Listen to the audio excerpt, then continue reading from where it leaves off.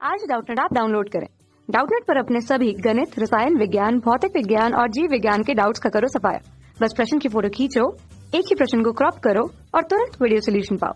अभी डाउनलोड करें। प्रश्न है, एक पौधे का चित्र बनाकर उसके भागों के नाम लिखिए।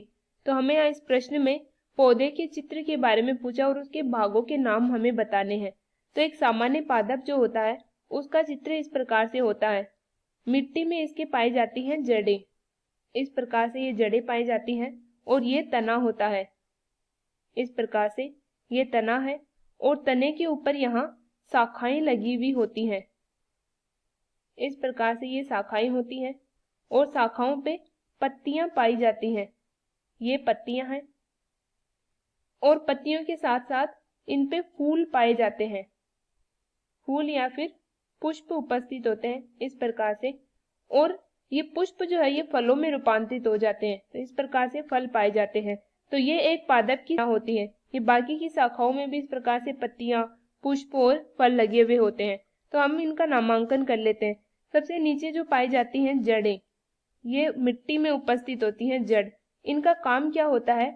ये पादप का पानी और पानी के साथ साथ खनिज लवणों का अवशोषण करती है। खनिज लवण अवशोषित करती है, अवशोषण, ये इनका काम होता है। इसके अलावा ये मिट्टी में पादप को बनाए रखती है। दूसरा जो इसका भाग होता है पादप का, वो होता है तना। तना जो है ये पादप को एक आकृति प्रदान करता है और स्थायित्व प्रदान करने का काम करता है। स्थायित्व के अलावा ये पानी, खनिज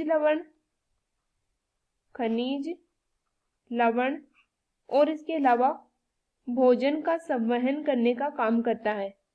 भोजन का संवहन यानी कि पानी और खनिज लवण जो है वो जड़ के द्वारा तने से होकर पादप के अन्य भागों में जाते हैं और भोजन जो है वो पत्तियों में बनता है और पत्तियों से तने के द्वारा जड़ों या फिर अन्य भागों में जाता है।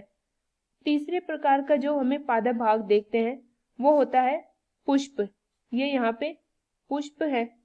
पुष्प जो है ये जननांग होता है, जननांग, और इसमें पाए जाते हैं 4 भाग होते हैं पुष्प के। मुख्यतः होता है इसमें बाह्य दल जिसको कैलिक्स बोलते हैं, दल या दलपुंज, और 2 जननांग पाए जाते हैं। एक होता है पुंकेसर जो नर जननांग होता है और दूसरा होता है स्त्री केसर या फिर हम इसको जायांग बोलते हैं। तो इस प्रकार से ये पुष्प होता है। पुष्प के अलावा इसमें जो और पादप भाग होते हैं वो होता है फल।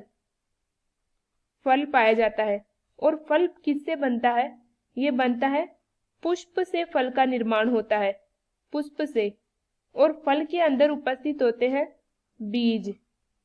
तो इस प्रकार से यहाँ पे पादप भाग हमने पहला हमने पादप भाग देखा वो था जड़, दूसरा तना, तीसरा यहाँ पे हमने देखा पुष्प, चौथा हमने देखा फल और बीज, और एक पादप भाग और है वो यहाँ पे है पत्तियां या फिर लीफ बोलते हैं हम इनको।